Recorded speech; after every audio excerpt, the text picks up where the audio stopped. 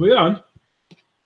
Yes. Oh, damn. Right, okay. I don't even know what key this is. I'll just sing it a cappella. Yes. Remington's back once again. Remington's back. Tell your friends. Andy dropped out, but he's returned. Let's do this unboxing before I get spurned. There you go. Okay, ladies and gentlemen, you've probably noticed that my internet died temporarily. I think I'm going to have to complain to Virgin Media because that's twice it's happened during live streams in recent history. So, I believe before you went into the Remington show, where there were songs and dancing and all kinds of nonsense. Oh, it was incredible. We were about to look at this book here. Just so you know, when Andy came back online, he said in his best teacher's voice, "Whatever you were doing, it's over now." I wonder if the audience heard that or whether it cut off first. No, it cut off, unfortunately. Oh dear. And we'll never be able to recreate that magic. Can you imagine Andy just absolutely plopping himself because like I'm taking over his channel? Wow. And how does he know what I did? He doesn't yet know because he's not watched it back. Well, I was actually watching live because I was using the data on my phone to watch. Oh God. There's no escape from the eyes of Andy. There is not. So I'm opening this book now. I assume you're unwrapping yours as well. Okay, I'm on it. So we've got fancy War Scroll cards in there, and we've also got the Battle of Glim's Forge. I wonder who Glim is and where his forge is located. Glim, it sounds Welsh, doesn't it? Glim's Forge. It does. So we have the Battle of Glim's Forge, we have the core rules, and we have the Start Here booklet. So let's have a look. That's the Battle of Glim's Forge, first of all. I'll turn it upside down so I can read it. So let's put the camera on Mr. Remington, if he wants to show us anything in there. Do that. I'm just looking at the front cover, and you may or may not remember a Marvel superhero, which was Britain's answer to Captain America. We had a character called Captain Britain. Did we really? Yeah, we did. And his costume and colours were very similar to this on the front here, to these Stormcast, can't remember they're called. They can't remember what the factions. But very similar. So, yeah. Well, I can give you the gist of this book right now. It basically gives you all the information and the background on the units that you get in the box. So if you want to know precisely what each Stormcast unit is that you get in there, it's got all the information you could want here. And then in the back, it even gives you the points for playing that game. So that's nice, isn't it? Oh, you know, something that really went under the radar was the fact that Games Workshop was on BBC recently on the news at having made a massive profit last year. And why not? Because the quality of their stuff and the presentation of the packaging is phenomenal. It's just like, you look at those cards, Andy, it's just like an invitation to a really nice dinner or a really cool niche party. Even you're invited, Andy. Look. Do you know what I'm going to do now? I'm going to compare these War Scrolls because I've got some other War Scroll cards right here. So I've got some old War Scroll cards, the Caradron Overlords. So for a start, they're twice as big. Look at that. And let's have a look at the text size difference. That was a real bugbear for you, wasn't it? Right. Look at that. The new one is much, much bigger. Look at the size of that. Let's get some of the text right next to each other and then put it right up to the camera so you can see closely. Yeah. Look at that difference. Those old ones are made to be stacked, aren't they? That's why they've got that big blank space there. Let's see if it wants to focus on there properly. Yeah, definitely, definite a two-size change there. But look at that, it's focusing nicely now. Now that I do that. But look at the size of that tiny little text. Nice big new text. So that is a huge improvement. My old War Scroll cards, well, the Caradron ones, they're going to sit there, but the Stormcast ones are going to be pretty much obsolete by now. Is that Especially right? with that tiny text on them. That sucks, man. So the new ones, though, very nice. Very happy with the size of the text and the size. I don't understand why they didn't do them like this in the first place. It made no sense to me or anybody else, the fact that they had them weirdly tilted round and then all that space underneath. But Yep. there you go. I've just explained why they did that. Yes, but it was a bad idea. Okay. Is there anything in the War Scrolls that catches your eye? Have you got yours cracked open there? Yeah, so look, while I'm doing that, Dave Doggy just said, yeah, GW should give you freebies. Did you get this free, Andy? Well, GW don't endorse this program because we're just too out there, too controversial for their liking. Because everyone else seems to be getting free stuff from GW except us. But we've got some awesome patrons that understand how awesome this show is. And one individual kindly put up the money for us to each buy a box so we can get to grips with it and get some games in. Yep, to provide more content for the channel. So we didn't get it for free as such because someone had to pay for it, but we didn't have to. So look at this guy. He gets a double War Scroll. Like that. Love that. He gets his own fold-out War Scroll, the Lord Arcanum. Wow. So that is a lot of special rules he's got in there. Do you say Arcanum or Arcanum? How do you like to say it? Ooh, I don't know. I'll have to think about that one long and hard. Arcanum. I don't think anyone else has a double War Scroll in here. All the others seem pretty standard. The one thing I'm looking forward to actually is this. The Celestar Ballista. Oh, God. Long-range death brought to Remington's forces. Basically, it's a rip-off of a high elf repeated bolt throw. So I'm gonna put the camera on you while I have a quick look at this War Scroll. So if you fire with single shot, it's got 36-inch range, which sounds like a safe distance from Remington's troops. It only has one attack. Hits on a 3+, wounds on a 3+, rend -2, damage 1. What? That doesn't sound right. There must be some special rules here. Let's see.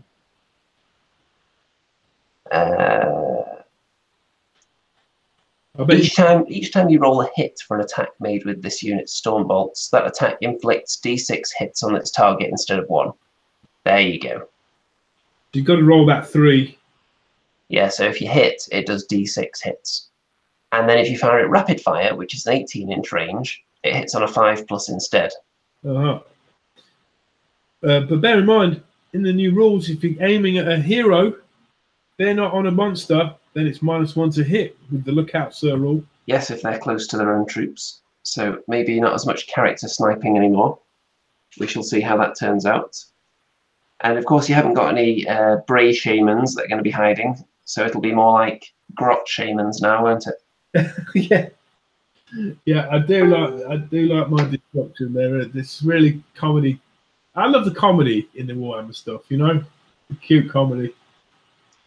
Brilliant. So we've got an improvement in the War Scrolls. We've looked at this book, which is pretty much what we suspected. The core rules here, which isn't very thick. You can see there, it's quite a thin little document. And we heard rumours that it was only going to be a small amount of pages, and there we go. 18 pages. 18 pages. Some of them are only partial as well. Like, look at this one. It's mostly just this picture. So, and this one's only half a page. This one's only half a page. Most of them are only half a page. This one's just all pictures. So there's probably going to be about 10 pages of rules in here, in reality. Which is fine, because there were certain things in the initial Age of Sigmar rulebook release that needed, we felt, clarifications, and a couple of things that they've probably changed and added to make things go a bit more smoothly now. So the rules will get a bit longer. Yeah, if you recall, all the way back when we first discovered that the pages were only going to be, the rules were only going to be a tiny number of pages long, we did say that as the editions progress, they will advance the rules a bit and add onto it, because that was just clearly the framework for them building something from the ground up. Right. So, yes, we did suggest that early on in Age of Sigmar's lifespan.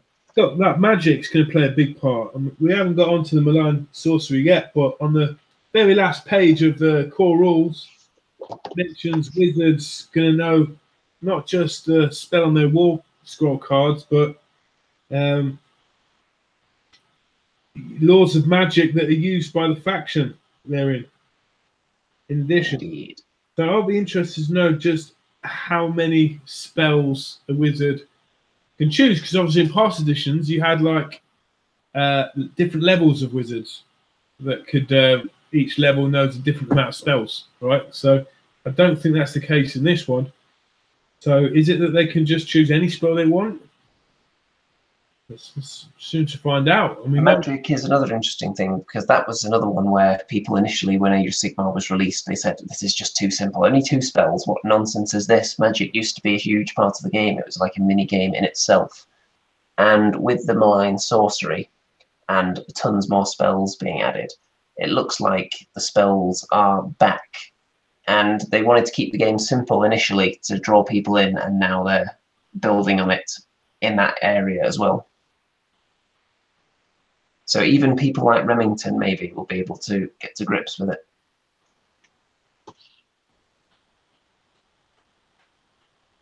Is that a fair assessment? Yes. It is. I learn by doing. I'm a doer. Well, I had heard that. We've got the Start Here book, which presumably means you should start here, which I imagine is going to tell you to buy more stuff. Let's see. Yeah. It's just giving you a really brief outline of everything you've got and what you do next, pretty much.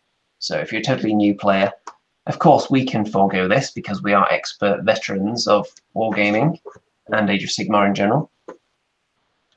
Then, the Soul Wars Assembly. Now let's see if the instructions are any good. It looks like the usual. The usual, just letters and numbers and no actual words kind of instructions. Yeah, but it's all push to fit now. So everything just, you don't need glue. Yeah, the starter boxes are never that difficult to put together generally. Right. So the last one was quite simple. And this one doesn't look too crazy. It looks like the most you'll have for any of the infantry models is about 4 pieces, looking at this. Yeah. Maybe 5. Not too crazy at all. You won't be having like a ton of individual shoulder pads like you get on the regular kits. If you just stop on that page, if you just look at one of those Stormcast warriors with the giant crossbow with the bazooka on the end, what's really nice to see is that they only get 1 shot because they don't have any extra ammo there. So I'm assuming that they only get to shoot that once. Or maybe Sigmar himself blesses the weapon and sends down from the heavens another magically imbued holy hand grenade into the end of the crossbow. Seems fair, right? Yeah, why not? And right, so that is all the paperwork dealt with now. So, shall we move on? Because the next thing, we looked at the ruler, didn't we? Shall we go for this box within the box that we took out initially? Yes, so, and while we're there, let's welcome Amy Snuggs, obviously a veteran of the show and a wonderful, gracious player, because we've both played, Amy and her partner, which was an epic game. And she's done a stint at Games Workshop in the Lion's Den, behind the Wizard's Curtain. So at some point, we can get you back on the show, Amy, and I just reveal all its secrets. I just saw on Twitter earlier as well that she's thinking about starting up commission painting as well. Why not? Yeah. Well, if you're that good and you can paint quickly, then there is demand out there for it. Yeah. It has someone like me. even if people were happy enough to pay for my standard of painting, which is questionable to begin with, but even if they were, then I certainly don't paint fast enough to be able to consider that kind of work. What about you? It's a total change of frame of mind. Now, having sold 2 of my major armies, it's quite liberating because you feel better about buying new stuff, you know.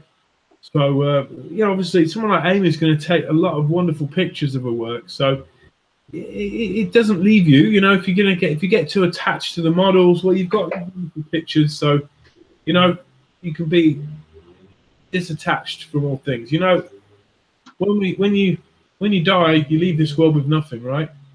Nothing. That is correct. Don't get too attached to stuff. You've kind of got this new kind of spirituality about your miniature gaming, haven't you? Once you've got some use out of an army, you've taken all the joy out of it you think you're going to get. You don't get sentimental about it. You just kind of zen with the fact that you're going to send it out there into the world and allow it to fly the nest, as it were. Yeah, I mean, the only thing is you're never going to get as much as you think it's worth. That's what's, if you count the actual man hours, let me say, man hours in buying, building, basing, painting, everything, making it nice, it's unless you charge thousands and thousands of pounds for your time, you'll never get that. Well, the thing is, if you're selling armies that you painted previously, you're never going to get a good price. But if you're doing it on a commission basis and people are paying you to do the paint job exactly how they want it, then obviously it's worth a lot more to them because it's so personal. Oh, absolutely. Yeah, there you go. I mean, my rule is, I mean, I'm not like a pro painter.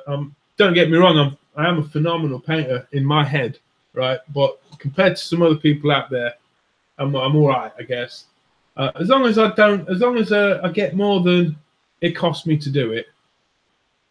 That sound right? Yeah. As long as I get more than it costs me to do it, then I'm generally all right with it. Right. Shall we go on to this bit now? Because I think this is going to be where most of the juice flows. Oh, wow. So you've got your box within a box ready, because I think this is where the miniatures are located. Come up, Mr. Andy. I've got this. Right, let's see. How does this one open? I think this does open like a box of chocolates, actually. Yeah. So, are you ready for the explosion of plastic? Wow. And you get bubble wrap. Free bubble wrap. Oh, shall we have a go at the bubble wrap and pop a couple of them? No, I'm going to use that. Wow, this is good stuff. You can't even pop them. Yeah, they're not individual. It's a continuous amount of air in there.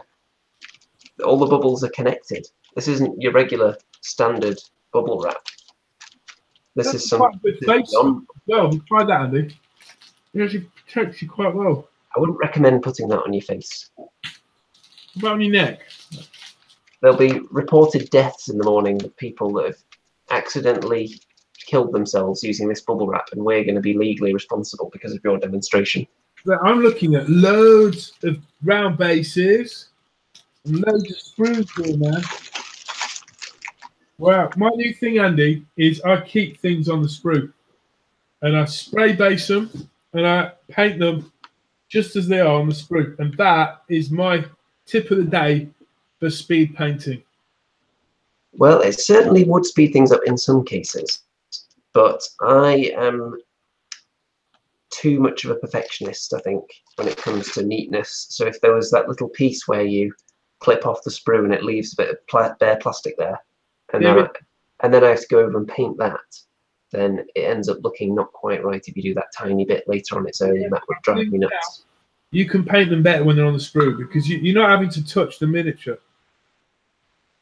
Well, you could just mount them on a cork like a normal person. Wow, these figures are amazing. I'm just looking at the Nighthaunt. Do you know what we could actually do? If we pick an individual sprue, and I'll get my beautiful camera to zoom in on one at a time in full HD. All right. Well, you get the Nighthaunt on the top, basically. Let's go for, yes, one of these on the top first of all. And let's zoom in. Which one have you got there? Oh, you've got the Horseman. Now, is this actually successfully zooming in at all here? You know, they must have thought of doing a headless horseman, right? Oh, that looked cool. Right, that's as zoomed in as it'll go now. You know what I mean? Like from the film. Right, let's look at this one. I'll move it upwards a bit. There we go. Look at that. I mean, we saw a few years ago that they started having much more danglage on the miniatures, didn't we? This kind of ghostly bits coming off them, cloaks flapping in the wind, and they've really not slowed down in that direction at all. They've just gone full steam into the wind, haven't they? It looks so simple and smooth, though. You know, it looks so. That's great art, I guess, isn't it? It's so clean and crisp and dynamic. It's a totally different way of making miniatures than a lot of companies go about it. Yeah. It's all about the action. And it's all very easy on the eye and ridiculous amounts of detail as well. And the designers, they must have to think about how they're gonna, how they're gonna fit on the sprue and which parts to create. Do you think they design the whole miniature and then break it off into pieces? Why do they do that? I think they probably do. Do you think they do it all on computer, or they do like molds? I would say it's all on computers nowadays. Really? Yeah, for GW, certainly. Other companies, who knows? Well, But most of the companies seem to be going towards everything on the computers now. I bet they draw them out first, and they've got like a pool of various, like they've got heads, arms from different factions that you can like pull in. They will have that. They'll have their assets, I think they call them. Yeah. Like a Stormcast shoulder pad, and then they can just drag that in to any particular model in their 3D modeling. I mean, they must have like full-time artists as well. Like some of the artwork in here, the amount of they're churning out, man. I wonder what the actual size is of these big paintings, the original size. I think they're like A1 size, like massive. Who knows? I think you're going to have a lot of fun painting these Nighthaunt. Well, I've already sort of done a load of Hex Wraiths and Banshees and Khan Wraiths, so yeah, I'm already kind of familiar with this stuff, so it's not going to be a problem for me to paint. The question is, do you do it in the way GW has done it, which looked great, or do we try something different? That is the question. Yeah. We've got a nice big sprue here. Have you found this one? Oh. It's got lots of these kind of, are they goats or rats? The heads. Oh yeah, now these were I can see what, yeah, they were the only models in the Nighthaunt that I weren't sure about from the pictures. Well, I mean, were they like undead skinks or undead rat men or something like that? How do you feel now that you've got them in your hand? They look much better when they're in your hand. And remember, you'll have twice as many because the anonymous benefactor, one of his stipulations was that we double our forces, so you get the Nighthaunt from this box and I get the Stormcast from your box. But I want the Stormcast from my box. We'll have to talk about that later. We will. But see if we're going to defy the wishes of the anonymous benefactor. Defy on the sprue, Andy. It's got the Lord Executioner, is it? He looks phenomenal. He's quite a big model. I mean, what, a good 4 inches high? It's on that big sprue you were holding. Yes, the one with the noose there. Yeah, that. I mean, that's about 4 inches, right? You know what they say? No noose is good noose. I would like to hang something in that noose. Maybe like a little fellow in there. That look cool. A little goblin. Something would fit in there. But yeah, looking at these, I wouldn't mind painting a few of these, but we'll have to see. Because they do look pretty tasty. Now, let's have a look at the Stormcast now, your favourite part. So, we've got this guy on the tasty, the big Griff beastie. Oh, what are you on? You're on Stormcast. So that's the Lord, what's his name? Lord Venerator or something. Lord. And I think there may be a couple of different characters in this, on this sprue. And as you know, they like to mix and match the pieces on the sprues just to confuse you. Like they'll have the head of somebody on this sprue that actually belongs to somebody on the other sprue, because it just happens to fit there when they're designing it all. And now, what I love about these Sigmarine models is that they look like they could fit really well with the Devoted of Sigmar faction that I've got, because they've got these long robes. They look quite priestly, don't they?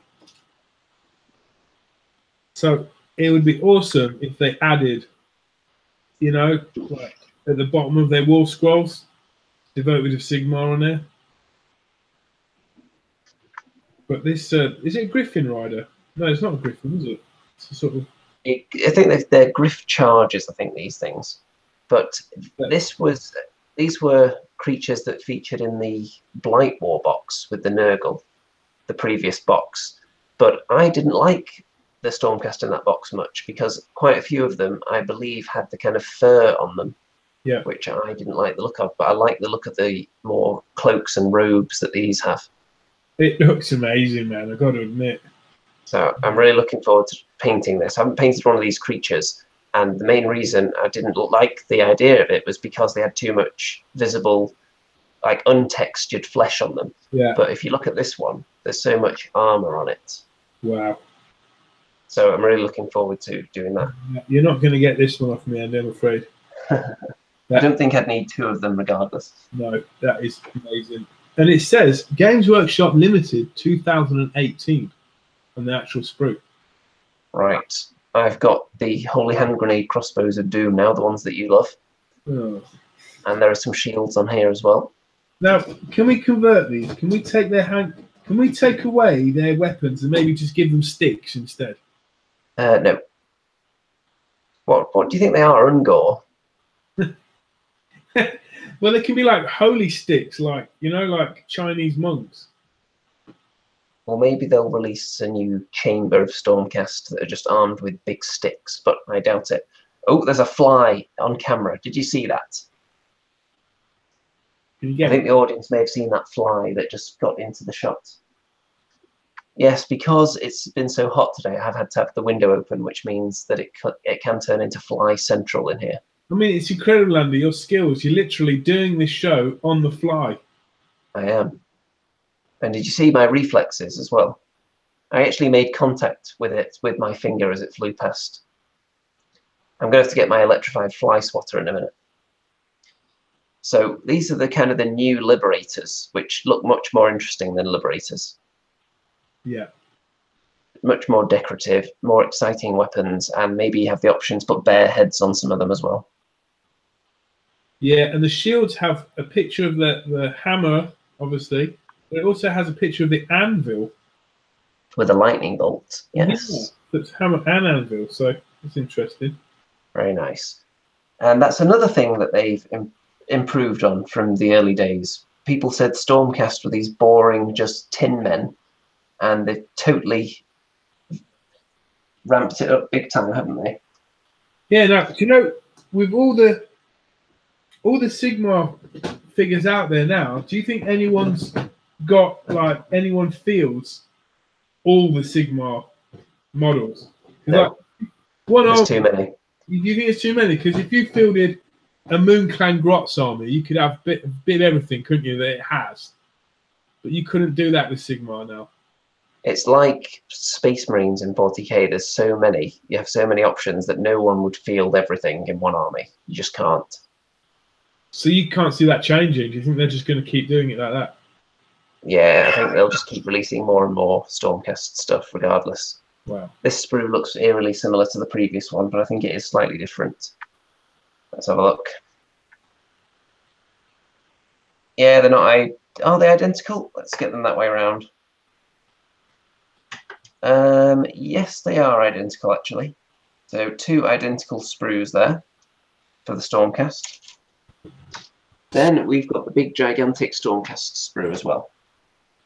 So this is the final sprue of the box, which contains the ballista, and look at the texture on these cloaks. Let's get that right up to the camera so you can see that. It should focus on them. Wow. Look at that. You could try like a Harlequin design on them, couldn't you? You're feeling patient. You certainly could try something very adventurous if you're that way inclined with your painting. I think I'm probably going to go for something a little bit simpler than that, but the options are always there.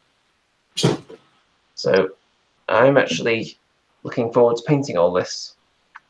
Just had $1 million idea, Andy. What about this? So you got Warhammer Age of Sigmar, right? You got Warhammer 40k, and now there's Warhammer Dimensions, and that's where 40k Space Marines are fighting Age of Sigmar.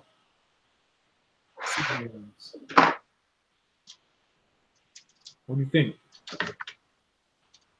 I'm not sure it's quite worth $1 million, as you claimed.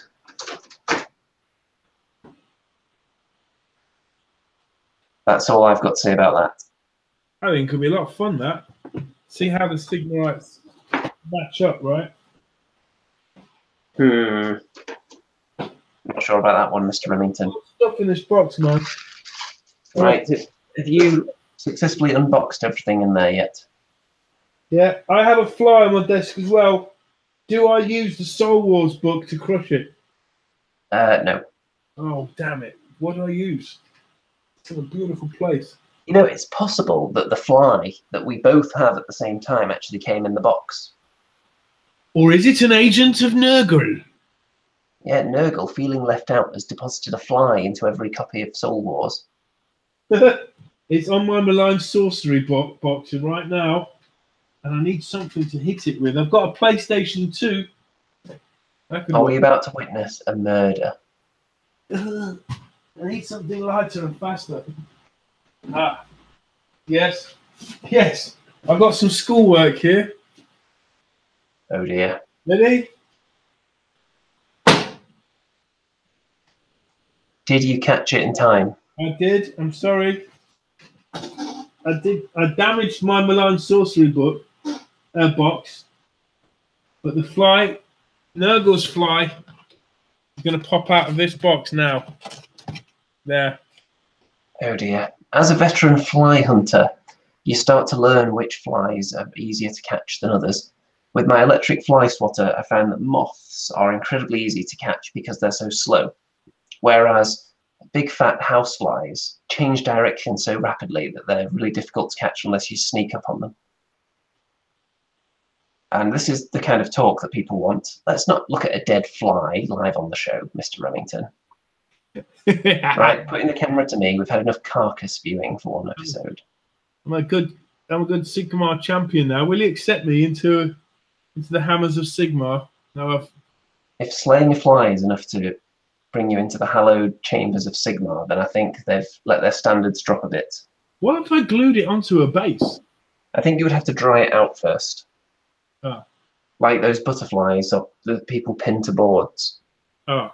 What if I base coated it? Well, give it a go and let us know how it goes. How about this? Teacher comment. This I wrote this. Alex, you've made a confident start with clear and detailed answers which describe your thought processes and research skill. And then there's a big splat of fly entrails. There you go. Yes, your entrail work in particular was of a high standard.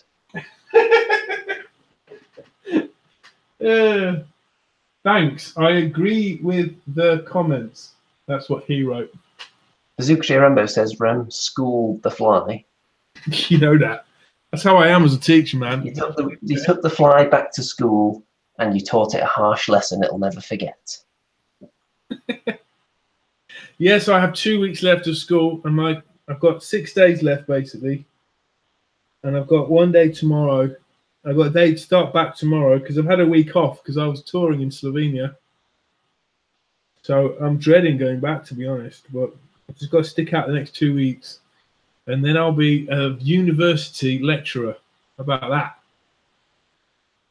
Yeah. Oh, I can tell you in the chat right now, you have greatly disappointed Josie of Green Stuff Games, because she is, in fact, I think she's a vegan. Oh no. And does not like the idea of Remington committing murder on living creatures live on the air. Well, let me tell you something, Josie. I'm sorry about that. Sorry you had to see that. But I've got bites all over my arms and my legs and shoulders from various animals that didn't. And they're obviously carnivores because they've been drinking my blood. So have you, in effect, just evened the score in blood? Yeah, as they say in French, comme ci, comme ça. I think. Well, there you go. Remington 1, fly 0. And I don't think the fly is coming back. Okay, I think we should look at something else now. What should we look at first? Shall we have a quick look at the General's Handbook, and then we'll go on to Malign Sorcery? So, here we go.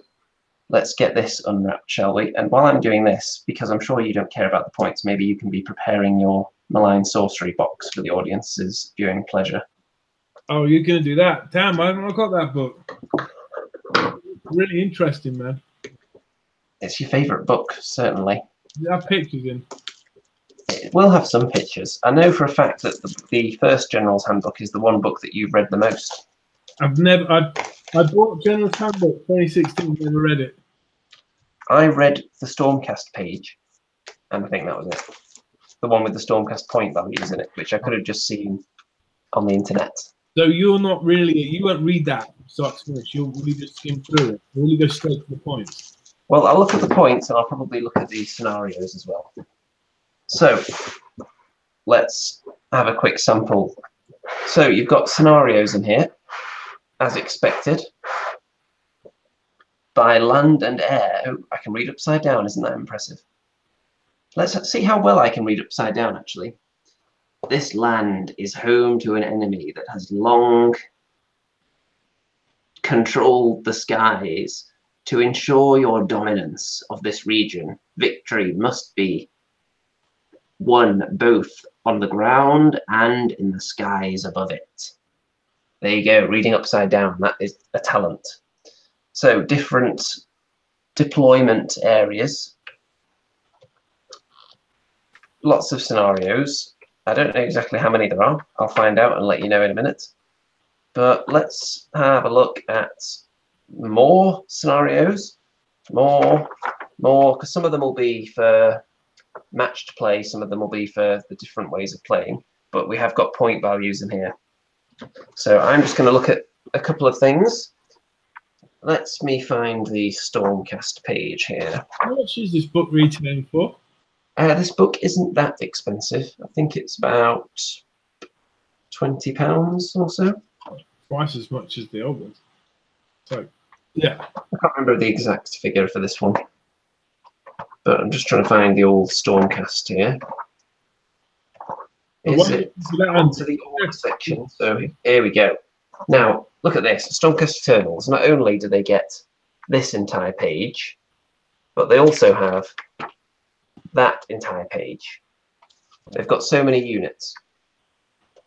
And War Scroll battalions, it has to be said, though, a lot of those. So let's just have a look at something quickly here. Vandus Hammerhand rocks in at 280 points.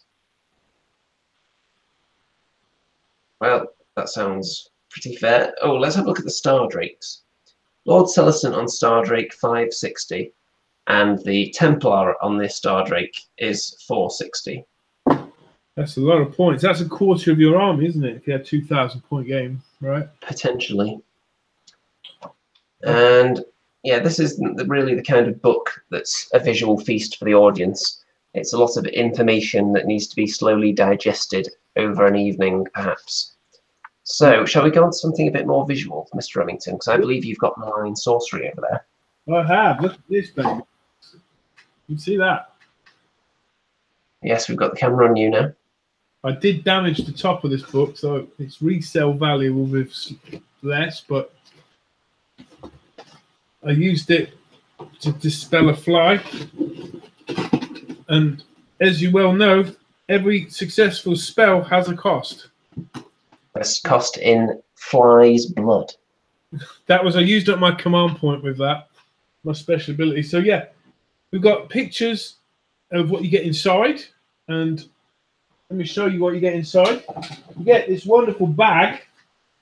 It's awesome, with a beautiful artwork on it as well. And you can seal it at the top, so it can be used as a freezer bag as well. And then you get these coloured sprues. Look, this is Purple Sun. That is the Purple Sun model. And it is actually purple. How huge it is. And that, which is the base for it. So that looks like the most complicated build. It looks like a lot of pieces. Are the spikes all separate? No.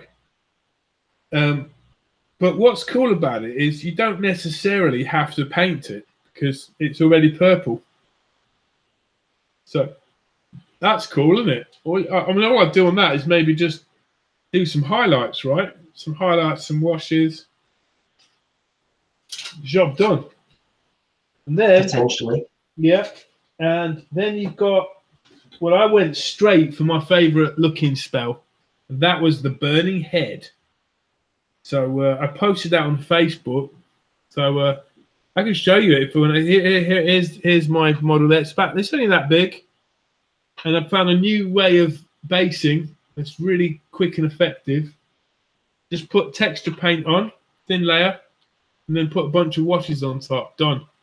People can see a nicer image of that painted flaming skull on the Indian Rem Show Facebook group, can't they?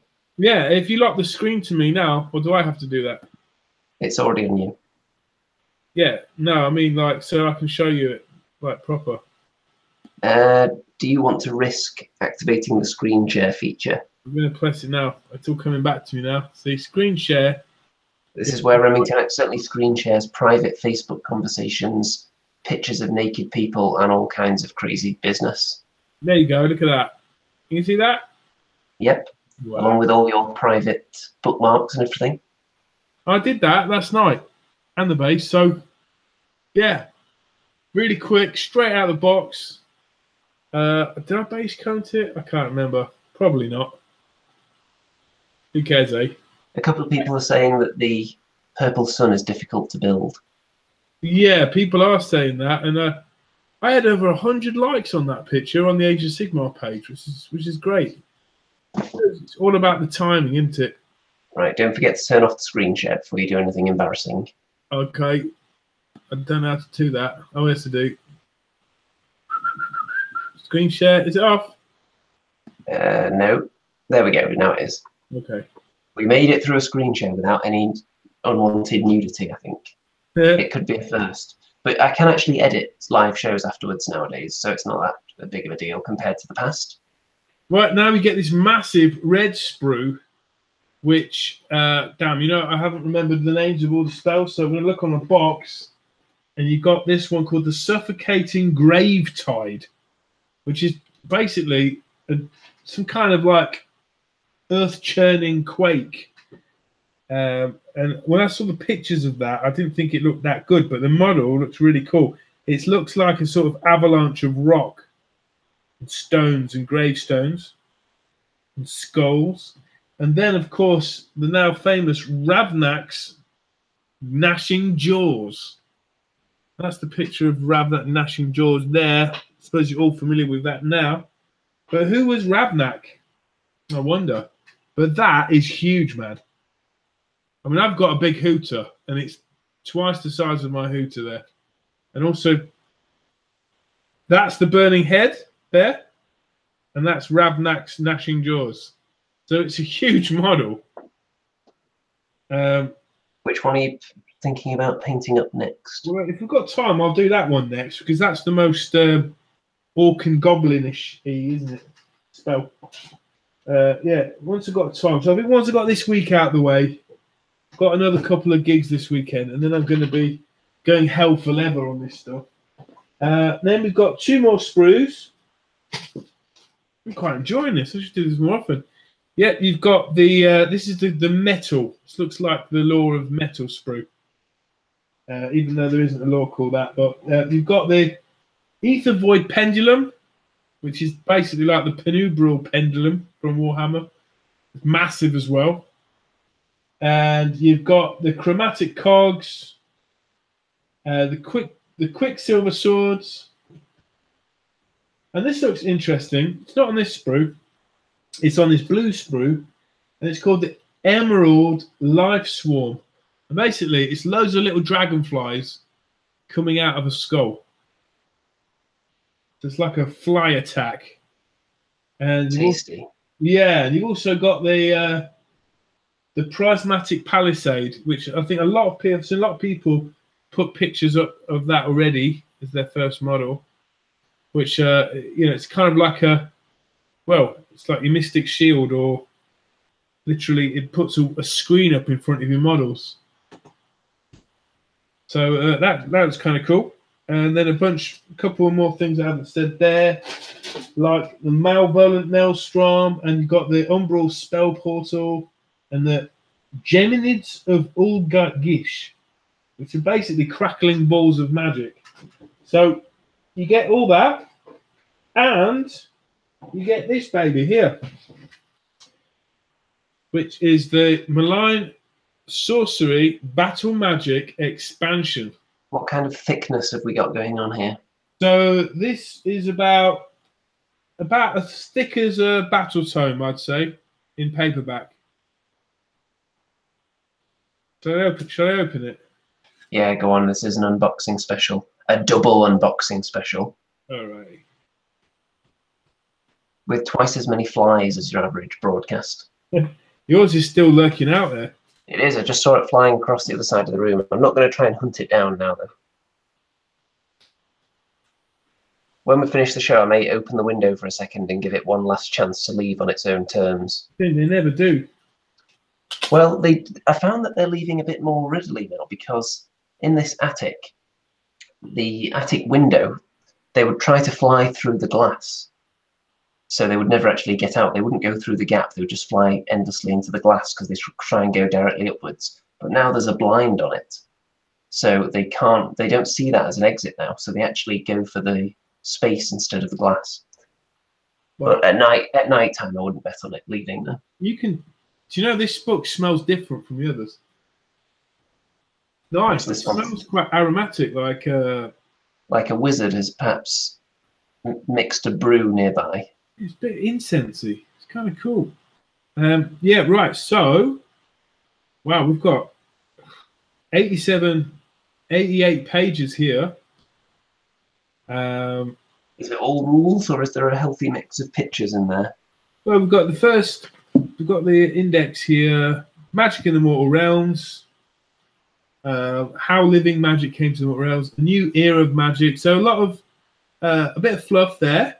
And then it's got the spells that you get models for under the title of the new era of magic. Then you get the Conjurer's Compendium, which consists of Malign Sorcery, endless spells, and then a bunch of narrative battle plans, skirmish battle plans, Path to Glory, ancient treasures, spells of the realm. So let's go to that bit.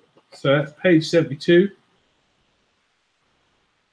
Spells of the realm. So first off, you've got spells of Gyrang. So this would, in the olden rules, this would be called the Law of Life. You've got Wit Knives, casting value of 5, pick a point on the battlefield with an 18-inch, roll a dice, each enemy unit within 3 inches of the point that you suggest. On a 4+, the unit suffers 1 mortal wound. So it has all kinds of spells in there, not just endless, it's just stuffed full of magic goodness. It's looking like 6 spells per realm. Yeah. Do you have access to those based on which realm you're fighting in? If you are fighting a battle using the Realm of Battle rules, then wizards in your army will know all of the appropriate realm spells detailed in this section, in addition to any other spells they know. So if you, at the start of the game, if you and your opponent determine that your battle will be fought in the realm of fire, or Ashki, wizards in both armies will know the fireball spell and all of the spells of Ashki. So, yeah. Do you get that? Yep. So if you're in Gairan, you won't be able to cast spells of Gur then, I guess. Location-based magic, unless you decide with your opponent, we won't use these rules, we'll just pick and choose some spells that match the wizards. Yeah. But how many spells do they get? They can use just any spell. But they're going to have to roll for it, aren't they? Well, if you've got an old, let's say, Empire Fire wizard, and you're fighting in a different realm, and you just say, I would like to use the spells for the realm of fire. What's the name of that one? Ashki. Yeah, I would like to use that one. Then I'm sure, especially in a friendly game, that's just going to be fine, isn't it? You don't have to abide by all of those restrictions. Yeah. Okay, well, I'm not 100% clear about that yet, but I sure will be. Do you think it's a good supplement then, this Malign Sorcery? You seem to get a lot in there. Oh, wow, yeah, there's so many spells. I mean, how many realms are they? No, 1, 2, 3. 9, is it? 4, 5, 7 realms. 7. 7 times 6 is 42. Good, Andy. They got 42 new spells there, plus the endless spells. Plus, we've got a bunch of artifacts of power, which are available. There's 6 artifacts in each realm as well. So we've got artifacts of power, which are weapons, and then you've got relics as well. So in fact, there's 12 items of power within each realm. So just a massive amount of stuff here now. Endless magic items. Yeah. So you're going to be digesting that book very slowly over a long period of time, aren't you? Yeah, talking years. We're talking by the time the next edition comes out, you may have just got your head around it. Yeah.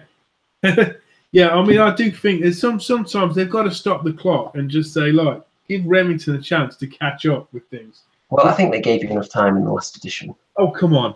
Like the Wood Elf book came out in like 2013 and 2014, Age of Sigmar was dead. I mean, Warhammer Fantasy was dead. So it's like you only got like a few months with that book, which was a pretty cool book. So there you go. Right, is that Malign Sorcery all looked at then? Yeah. Is there anything else around here that we can unbox? No. I think that's enough for tonight. I think it probably is. So we're thinking about doing another show in the next couple of weeks. Oh, you've got bases.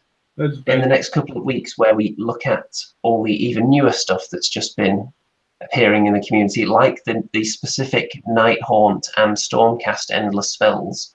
Yeah. Have you seen those? Yeah, I have seen those. They look like 3 models per faction. 3 endless spell models, that is.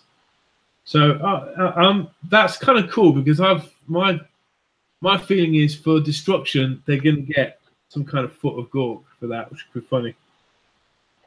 Are there any spells you'd like to see?